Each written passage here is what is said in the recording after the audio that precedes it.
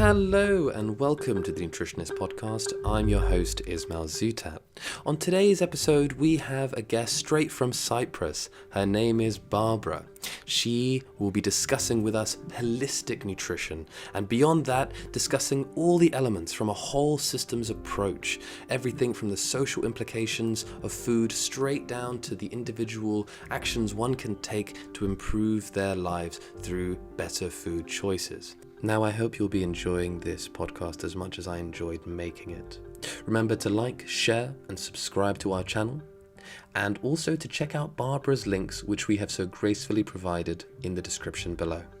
We also welcome back any feedback you may have, any topics you wish for us to discuss. Please do not hesitate to leave a comment in the comment section below. Now, without further ado, take a seat, grab some popcorn, and enjoy the episode. All the best.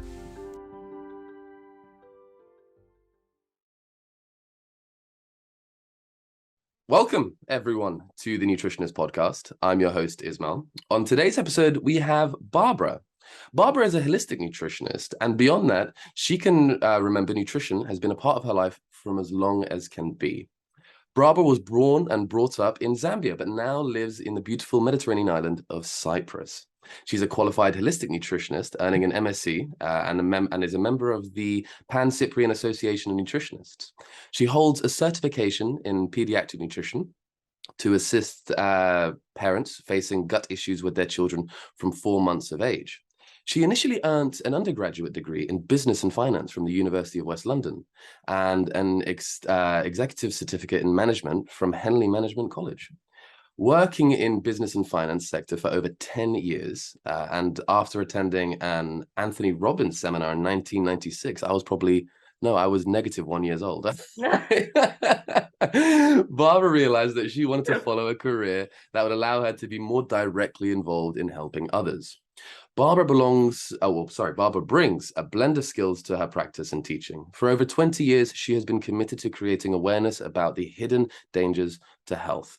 She promotes healthy eating, a healthy lifestyle combined with the Mediterranean diet, the raw food diet, whole food supplements, herbs, exercise, stress management, and advice for others to live a healthy lifestyle, providing them with healthy lifestyle tips. Barbara, welcome to the podcast. It's an absolute pleasure to have you on. I want to start off by asking you just a little question, which is, I was reading your bio and you mentioned within it, in your early 20s, that a friend had lent you a book called Fit for Life. I wanted to delve into that book because it had a profound impact on your life. What is the book all about? Well, Fit for Life in those days, I think, was a very popular book. Promoting, I think, a vegetarian diet, but also very much, they also into food combining. And it had quite an impact, thinking, oh my goodness, the foods that you eat can impact your digestion, your health, and how you feel. And that was one little wake-up call that kind of started me on this little journey. Rather quite intense journey. Quite an intense one. I mean, it's been quite a big U-turn you took, and it actually perfectly rolls over to the question which I had in mind, which is, as I mentioned, you used to work in finance, and it's quite difficult to assess someone who takes such a 180 from working within one industry that is so quantitative, and well, I suppose nutrition is in that sense, but I suppose your style is very much that sort of holistic approach. I wanted to know what takes someone to go from being someone who works in finance all the way to the polar opposite end, becoming a nutritionist, and not just a nutritionist of a clinical kind, but a holistic kind, someone who believes in the kind of the whole food system approach.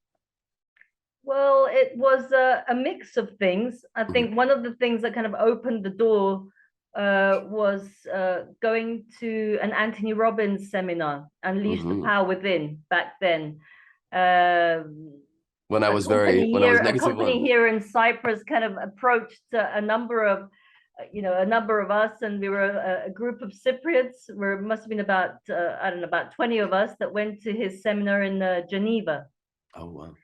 And the last day of Tony's seminar was on nutrition. And he said, well, if you want to achieve your goals, look into your nutrition, because if you haven't got the energy, how are you going to, go for them?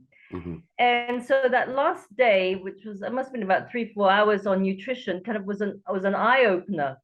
And when I came back to Cyprus, I was so interested in the subject that I kept on buying books week after week, week after week. And I thought, well, if you're so interested in it, maybe, get a certificate in it or a degree, or, I was looking into all sorts. And at the same time, I'd kind of, a dear friend of mine had passed away from liver cancer, and then I had gone into a little bit about what holistic living is. I had read Conversations with God, and the holistic word kept on popping up, that, we're, body, mind, spirit, or, and so that got me interested that it's a lot more. It's not just nutrition that affects our health. You could well be an atheist. You don't have to believe in an afterlife, but your mental state and feeding your spirit, in a sense, things that make you happy, that a lot of us forget about that side. Oh, I absolutely agree with you. Yeah, absolutely. Actually, I wanted to quickly delve into that a little bit deeper and ask you about that final seminar that you went to, where it was about nutrition.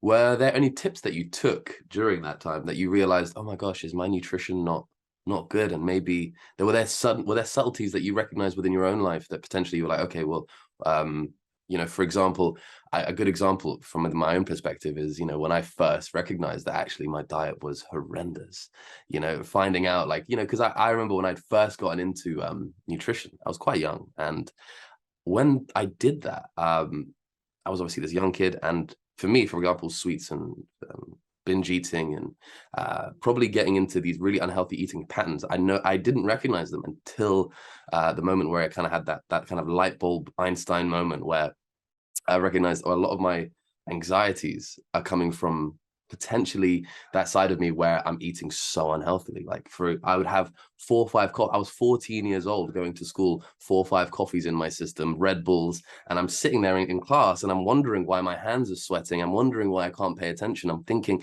do I have ADHD? But all these years later, I'm scratching my head. I'm just thinking, of course I know now what it was. So I kind of transfer that question onto you when you first went to a seminar and you recognized, like, oh, were there changes that you immediately noticed within your life, or were there changes that you realized that you had to make? Well, one of the major changes was I stopped eating meat. Oh. And I did, the Tony's 10-day challenge back then. I'm sure it might have changed by now. So that was the first thing. I went vegan for 10 days just to see what it was like, and I felt great. As far as my diet, it wasn't too bad, because the journey goes back to when I was about let's say about 12 years old. My father had to have open heart surgery. So in those days, my mom kind of said, right, we're cleaning up our diet. So as a family, we had already started this journey. Yes, we might have had a little bit more sugar or sweets than we should have, but generally, we reduced red meat, we were eating lots of fish, vegetables, fruit, so I can't say it was really that bad. So one of the major hurdles was was sort of going vegan for a while. Wow. I mean, you did it before everyone else did. I have to admit, it's only kind of a trend in the past, 5 years, really. Yeah. But I feel like back in the late 90s, it was such a new trend, because I mean, vegetarianism was a big thing, but veganism was the whole new step. I mean, it was considered a whole another level to it. I mean, but I mean, back then as well, if I'm correct, there must have been quite a few difficulties in going in going completely meat free to that extent where you're also not including dairy and whatnot, because obviously you do have the fear of vitamin, say, B12 deficiency. So how did you manage that through that phase of, like, especially in those early years of trying to try that out for 10 days? And well, obviously it was only 10 days, but what did help me along was I did read a lot of books on becoming vegan, and how to include the extra calcium or zinc or iron, and different vitamins and minerals, B12 obviously, into my diet. I can say living in Cyprus, the largest challenge was going to social events, especially family events. I don't know if you've ever seen My Big Fat Greek Wedding, the movie. You should. For them, it's like, oh, vegetarian, have some lamb, and that describes it perfectly. So obviously, for me, it was more so the family pressure. What are you doing? Or this isn't right, and having to face that. That hurdle. But then obviously after a couple of months, people got used to it, and then they would cater, or I'd take some food with me to family gatherings. But with regards to creating food or cooking or making sure I'm getting all the right nutrients, it was very exciting for me. It's an educational journey, because you learn how to cook new dishes, you make sure you're including different foods, you learn about different foods and what vitamins and minerals they have, so you can make sure to include them. And then just reading about B12, well, should I take a supplement, or are there any foods which do include it, and the pros, cons, different studies, and and you go along, and that's, I think that the vegan journey lasted about 5 years for me. And then as I went along, was studying and getting my degree in holistic nutrition, I experimented with different diets and found that the best one for me that works well with me is more a pescatarian type diet. Yeah. I agree with that. Yeah. I mean, I've always found I am a sucker for fish. I do like it. I do like it. I mean, originally I'm from Algeria, so I actually find that I really, sardines, for example, are a big factor of my life. My father and I used to. It's something that I can't get enough of. And I remember when I gave vegetarianism a go, probably about 2 years ago now. I gave it a go for about a week, and I had to give up fish, and honestly that was probably the hardest thing for me. I didn't mind the meat part. I mean, I find meat I can handle without, and for the most part, in this day and age particularly, you can live without it without much issue or trouble. I feel kind of blessed to be kind of in that generation that really promotes kind of that vegan vegetarian lifestyle. So there's plenty of options when I go to the supermarket. But when it comes to things like fish, there's no alternative to the real deal, and so I gave it a go, and it didn't really work out for me. But I definitely recommend anyone who does it and really sticks to it, whether it be for ethical purposes, whether it be for health purposes. There are many different reasons why people take on these journeys, but as long as they learn something from it, I suppose that's the main point of it, right? I wanted to ask, actually, I wanted to delve in a little bit more about, you mentioned a holistic approach, and you were talking kind of about that kind of whole life approach, and how it's far beyond just nutrition itself. It's actually within the mind itself. I wanted to ask you then, because it's a term that I really have heard many different definitions of, and it seems to have no concrete foundation, which I suppose is the whole idea of it in some odd kind of holistic way. It's not meant to be grounded like clinical terms. It's not meant to have a concrete foundation. But from your perspective, what would holistic be to you? What would holistic be to me? That's a really good question. I think holistic just encompasses the whole. It means whole. And just seeing what whole means for each and every person. But if we did start from one end, it would mean, firstly, whatever has to do with the body. Then we would move on to the mind and whatever branches out from that. And then to the spirit. Wow. So things that feed your soul or spirit. So it could be painting, dancing, singing, having fun, whatever that means to you. And then branching out further, it could be a certain awareness, not only for yourself, but how you affect the rest of the world or the planet.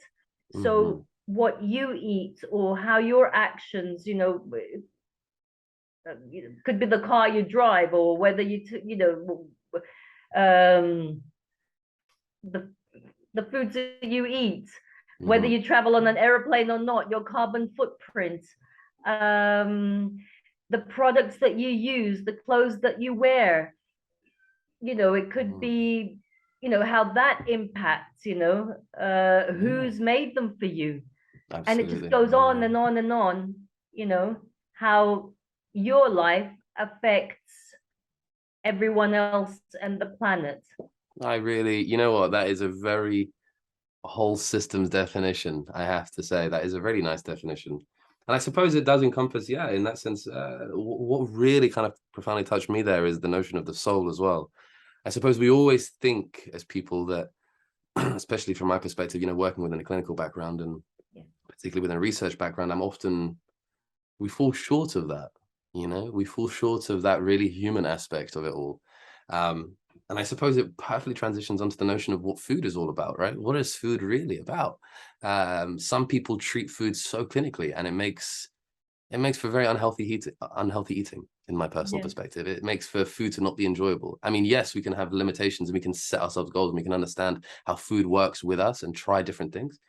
But I find that I have definitely come across many, many different people who have very different approaches. But the one that I suppose I feel very devoid of and I feel very detached to is the one where it becomes very clinical, where it's very much calories in, very calories out. It's very much just focus on this as if there's nothing else to it. It's solely what it is. It's just numbers and that's it. And that kind of takes away the feeling of it, right? So I suppose in some sense, I don't know if you ever had, there's a great movie about it. It's called Ratatouille, right? In that movie, and there's one scene that really gets me, and it's the near the end of the movie. And if anyone has seen the movie, if anyone hasn't seen it, please, mute this bit because it's a spoiler. But the reviewer comes in and, he's about to ask for the food, and the chef, the rats develops a ratatouille, and then when the person eats it, the critic, he's transported back in time to when he was a child and his mother used to make that very dish. And so it just goes to show that food has that emotional and memory connection, right? Where we can eat certain foods and it will remind us of our childhood, and they can remind us of pleasant memories, they can remind us of unpleasant memories, and it sort of explains as to why certain foods are grotesque in our hearts and why certain foods are not. And I suppose that opens up a whole area of how do you then deal with someone who has very specific food consumption issues, or very like food neophobia or food fussiness. And it really does touch upon that. So I think, yeah, you really capture that essence very well. And I'm happy to hear that definition. I suppose I've been asking that question for a long time and I've never really got a concise answer like that. Yeah, well, I'm happy to hear that. I wanted to transition quite perfectly onto the next question, which is a bit about your work. Now, you've been working as a nutritionist now for quite a few years, and I wanted to ask then about some of the success stories and or maybe recent success stories from one of your clients, and what do they look like? Working with individuals, obviously it comes with a range of problems and also a range of successes, but I'm sure, just as any other nutritionist, as I have felt with certain clients that I've had once upon a time, there are some that really stick out in memory because they were just such a U-turn in terms of how they approach life, I suppose. Well, I think one of the success stories, a fairly recent one, was a lady had come in with some serious thyroid problems. She had a swollen thyroid and just various health issues. And so what we did is we did a food intolerance diagnostic test just to make sure and see what foods she was intolerant to. One of the things that I focus on in my work is I don't believe in a copy paste meal plan for everyone. Everyone's Okay. unique, everyone's different, and everyone reacts differently to different types of foods. So did the diagnostic test, saw which foods she was reacting to, removed the foods, added in, supplements, and again, worked on stress as well, because it was causing her a lot of stress. So gave some Hmm. suggestions as to what she would like to try out, whether yoga would work for her, breathing exercises, taking a walk on the beach, which we're Hmm. very, I guess, very privileged living here in Cyprus. And, Yeah, lucky you. 20-minute drive, you're at the beach. And it's a nice beach. It's not like the British beaches, dare I say. You No, have very lovely nice Mediterranean beaches. Sea around you. And gradually over the 6 months, she was feeling much better. Her thyroid had gone back to normal.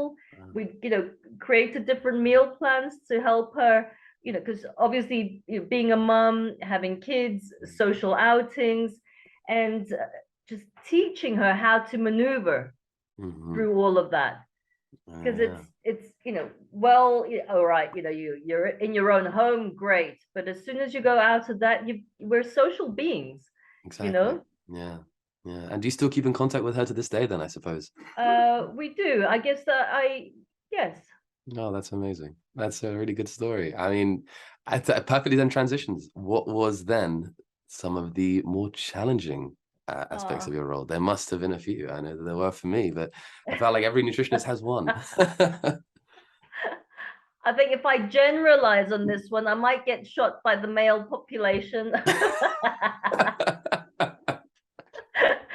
But I find that the men that come in that want to lose weight but are quite rigid in not wanting to change their habits, Oh, yes. and Yeah. that's the challenge. You That's know, the challenge. It's like, well, no, I like my beers. Well, it's okay, well, do you have to have like two a day? Maybe can't we reduce it to maybe like three a week? And it's like, what? it's like it's like sacrilege to them, you know? It's like, how Yes. could you say this? Did you I just what? So I can say that getting people to see that, well, if you want to achieve your goal, Mhm. you've got, some things have to change, you know Exactly. Yeah, yeah. And often and that changes that is sacrifice. that Yeah. is one of the largest challenges that I've got.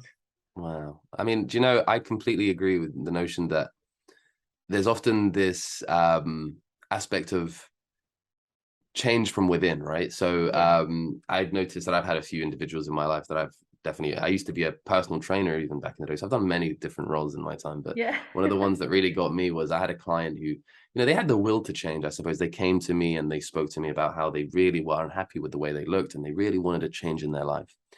And so that's the first step of change, is recognizing that you want change. And so that was a great thing for me. I recognized, hey, that's great for you that you have that. So now it's about putting that change into action. So how do we do that? It's putting that into action. I find, and as a man, I feel like I can say it, most men have that problem, is we love to think a goal.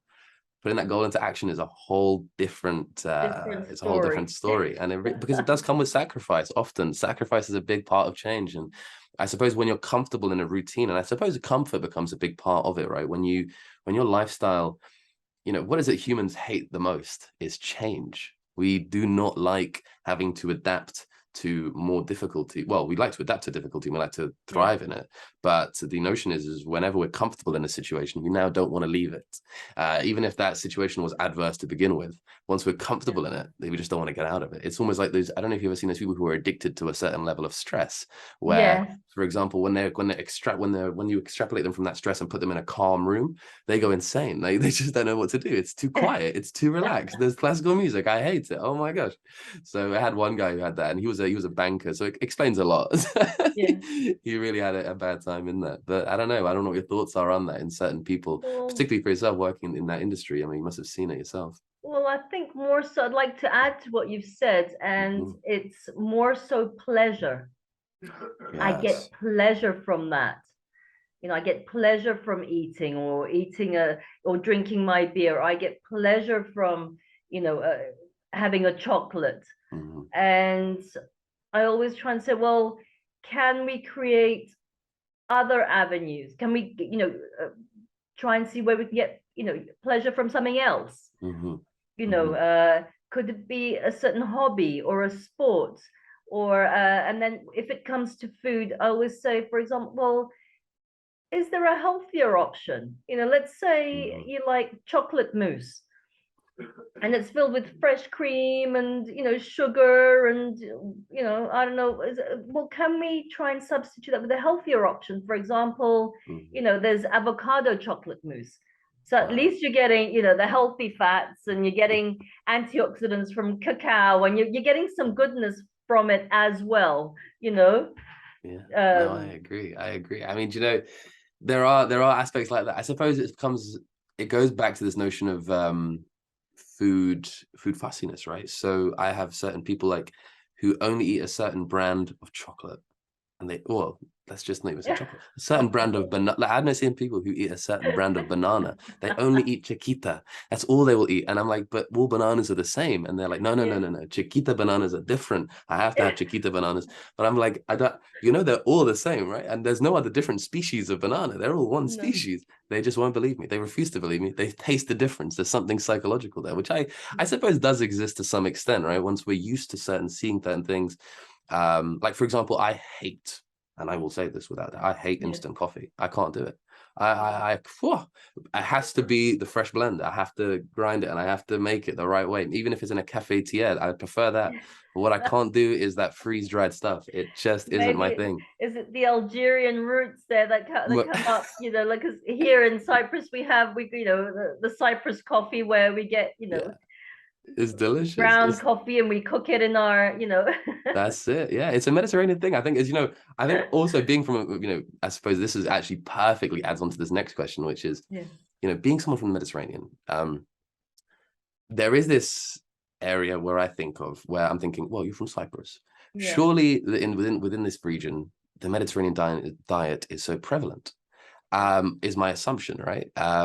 But is that the case anymore, is my question. Being a nutritionist, do you see because in the West, I say in the West, in Britain and America and whatnot, they promote this Mediterranean diet as if all of Italy, Greece, Spain, and all these places, they only ever eat the Mediterranean diet. But is that really the case? Or are we seeing a shift? Being someone who works within the front line there, working with individuals, have you noticed within the past few years, or even now, or has it always been the case that there's a creeping up of, say, highly over-processed foods, excessive sugar consumption, and just bad dietary habits? I have, and it makes me quite sad when I do see it, because the Mediterranean diet offers a very good basis for healthy eating, for a balanced diet, an authentic Mediterranean diet, not the one that it has evolved to today.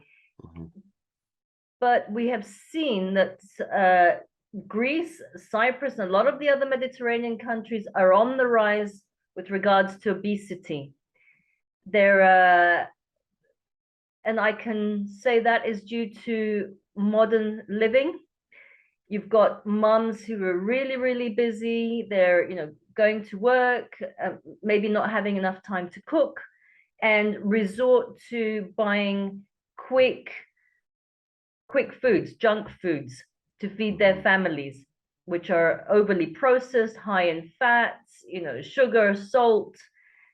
And that's where I come in with a lot of the mummies that come to see me. As there are faster there are other options. You can make it work if you just know how to plan, how to put it in your diet.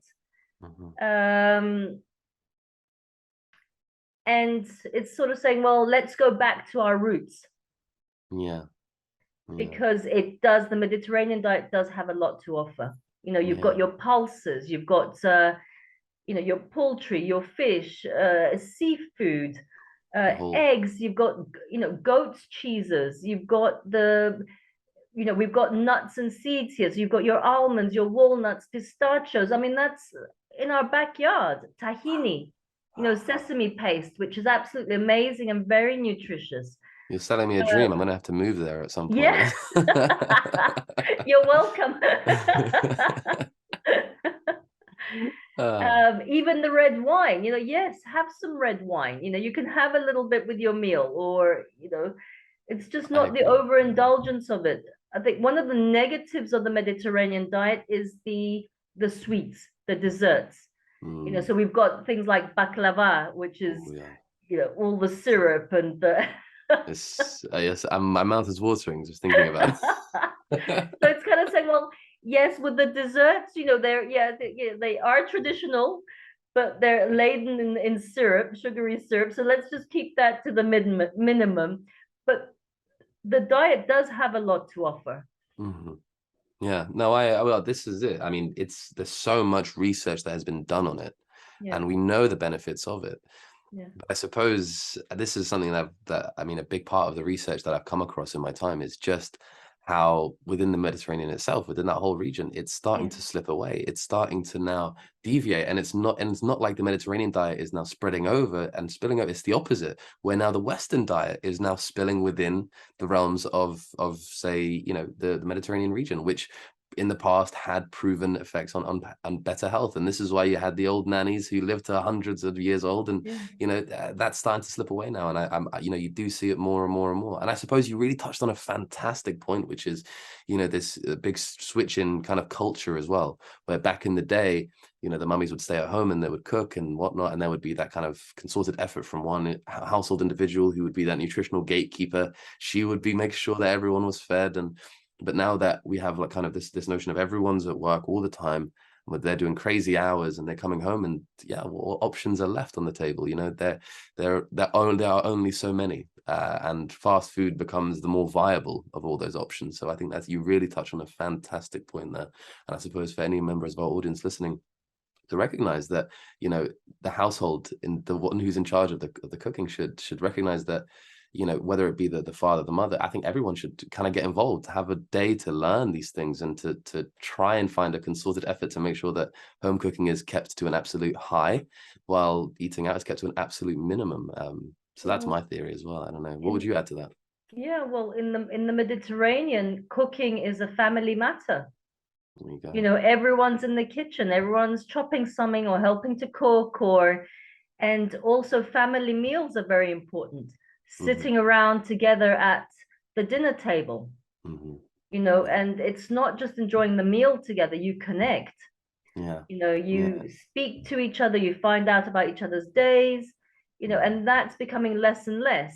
Whereas people are, you know, Eating feeding alone the and kids yes, or yeah, just eating in front of the TV and, you know, not connecting. And yeah. I think cooking together as a family in the kitchen and then eating the meal together at the dinner table connects. It brings Yeah. families together instead of um, Instead tearing of them the opposite, apart. yeah, yeah. I mean, you actually touched on a really good point. Food is a social thing. It's a Eating social. is a social act, and it's, you know, as social beings, we need to remember that. And I think it's something that no other nutritionist has ever really spoken of to me. So I'm really glad we've touched upon this point, because I think we always talk about healthy, healthy, healthy all the time. We forget a big part of it is healthy, but not alone. But not Healthy, alone. yeah, Exactly. healthy with a group. Some of the best dinners I've ever had are with my dearest friends and family, and so that there's nothing that beats it. There's no other feeling in the world. Sometimes there's that kind of, you know, that big melancholy feeling, you know, when you're sitting in the living room and he's like, I was just feeling a bit sad. You're alone. I remember when I was at university, that was the worst for it. But then during the holidays, when I'd come back home, and the first thing was you'd sit around the table and the dinner's out, and you know, this is great. This is amazing, you know. And there wouldn't even be the taste of the food. The food was average. I didn't mind the food. It was more just the people that accompanied. There's that you're just the best. with, that Yeah, you're with. I exactly. mean, it's so Absolutely. important to us, I think. Ah, And for mental health, you know, yeah, so if you are alone, get together with friends. You absolutely. know, if you've got Absolutely. a good neighbor, cook a lovely meal, invite them over. I mean, you know, there's you connection with other people is very important, I think. I feel like we're going to make a utopia with this podcast. I feel we're going to, if the right audience see it, the whole world starts changing. You start seeing neighbors going to neighbors' homes, cooking food for each other, and it's just going to be like a movie, right? Everyone's just, oh my God, we listened to Barbara and Ishmael's podcast. We now know. We now know. Well, come to Cyprus, you know. You have my word. You have my word. I will be there. And if I do go over there, I'll be throwing you a Look message. me up. Absolutely, absolutely. Moving on to a kind of a more a topic on business, I suppose. I know this is a kind of topic, but I wanted to know a little bit about sort of the primary tips you'd give for anyone out there seeking to, well, I suppose, own their own nutrition business, or maybe someone who's just graduated, because obviously our audience are nutritionists for the most part. These are individuals who are seeking to understand better how to run their practices. But as well as that, it's for individuals to trying to recognize, well, what am I doing? What can I take on? And what tips could I get from some of the best out there? So what would you provide as a tip? What would I promote as a tip? It's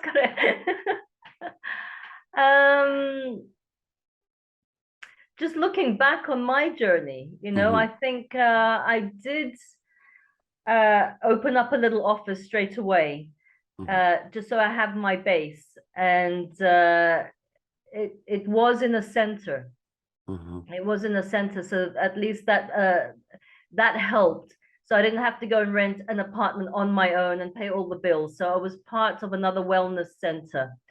And I would just work on one of the important aspects is marketing yourself and seeing where you'd like to market yourself. You know, whether is it sports? Is it, for example, with me, it's with mums, busy mums that need help, or you know, organizing their life, or and then gradually seeing how you'd like to put out that message.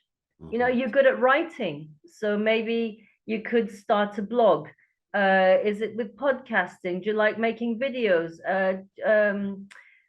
Public speaking, you know, going to different organizations or schools, or, you know, just getting yourself out there. I think that's one of the most important parts to being a nutritionist.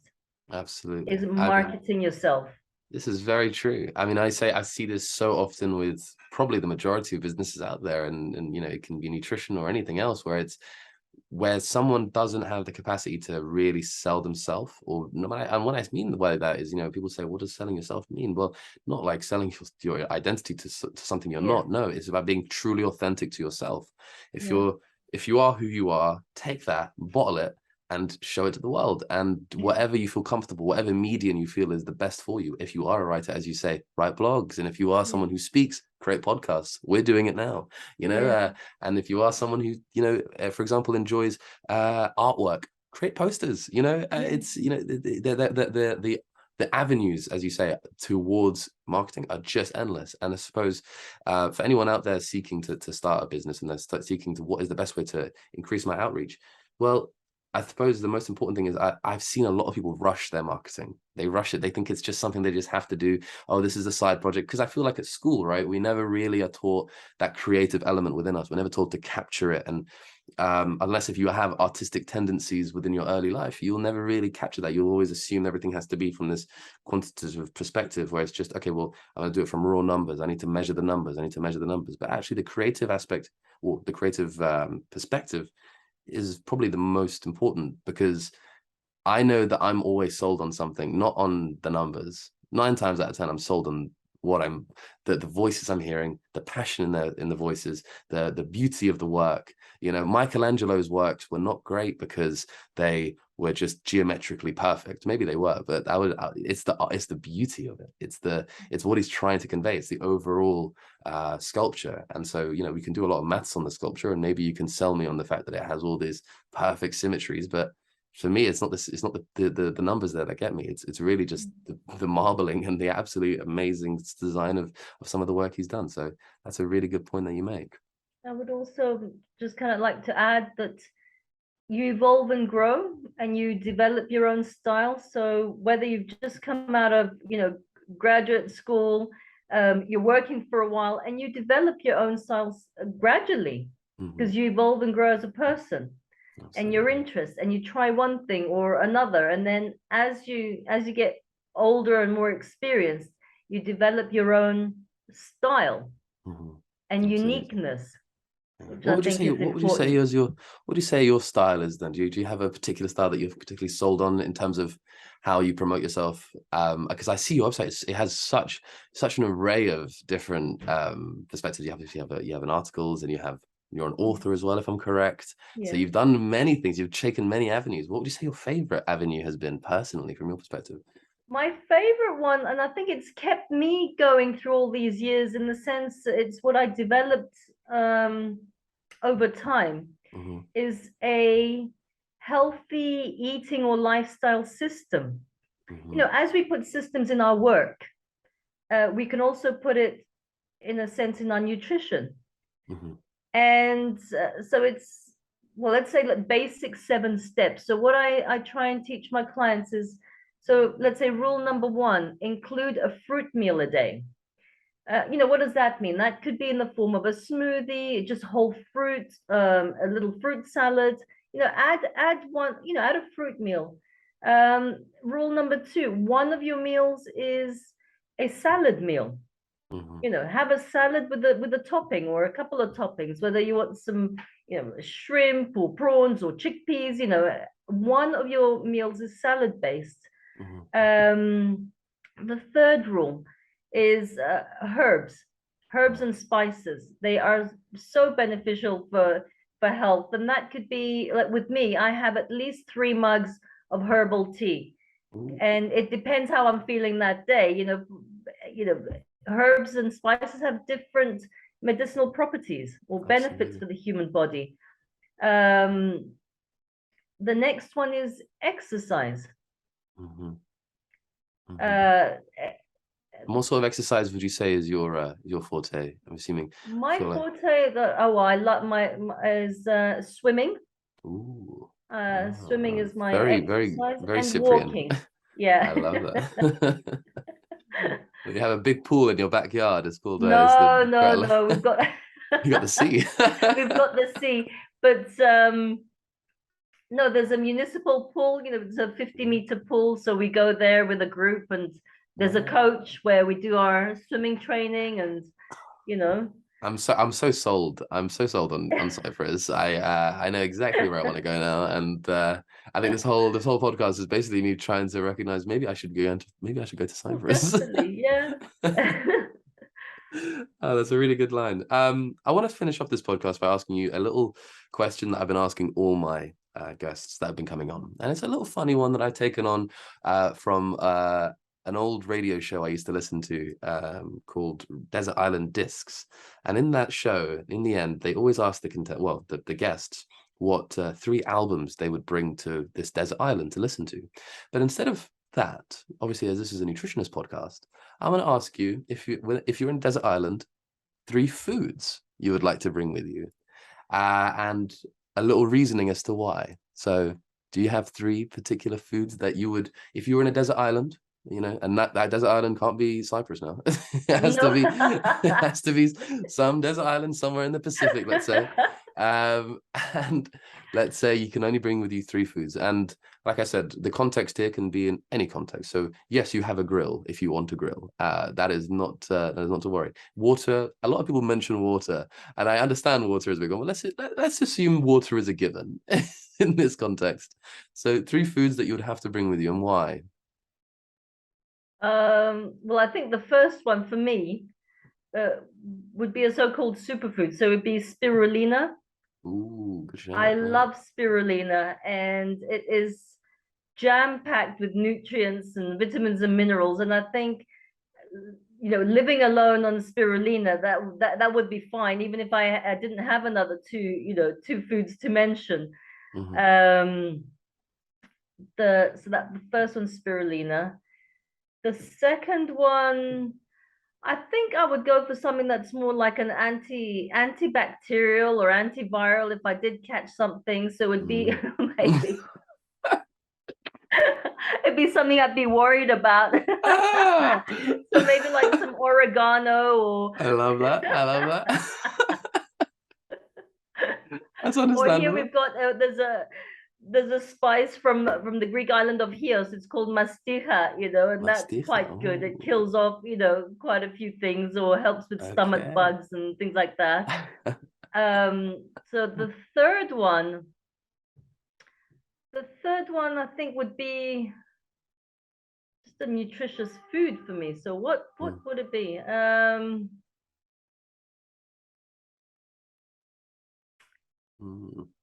It's always a tough one, the third ones. The third ones. Maybe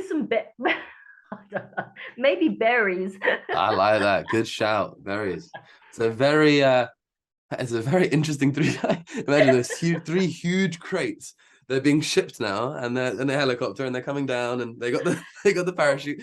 You've been starving for days. Oh my, spirulina's here. Yes.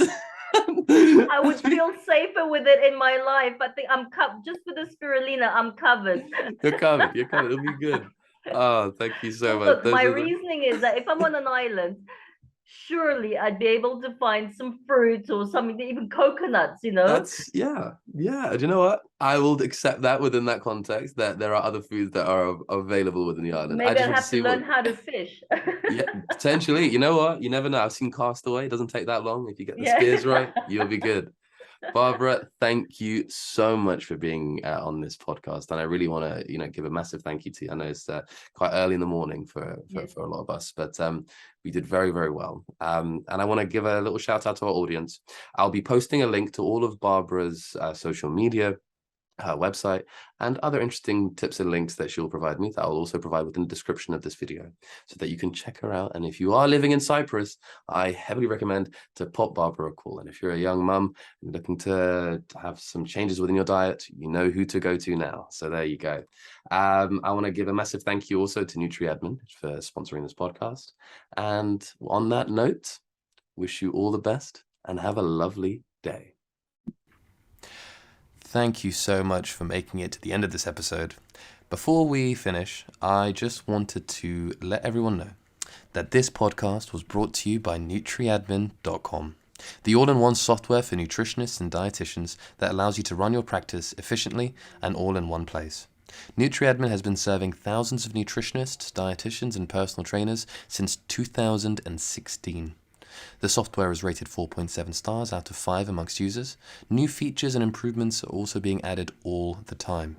To learn more about how NutriAdmin can help you cut down on paperwork, create meal plans, and handle your admin work more effectively and efficiently, please visit NutriAdmin.com. We offer a 14-day free trial, and if you enter the promo code podcast50, that's podcast50, upon sign up, you'll get 50% off for the first 2 months of your subscription. Thank you very much.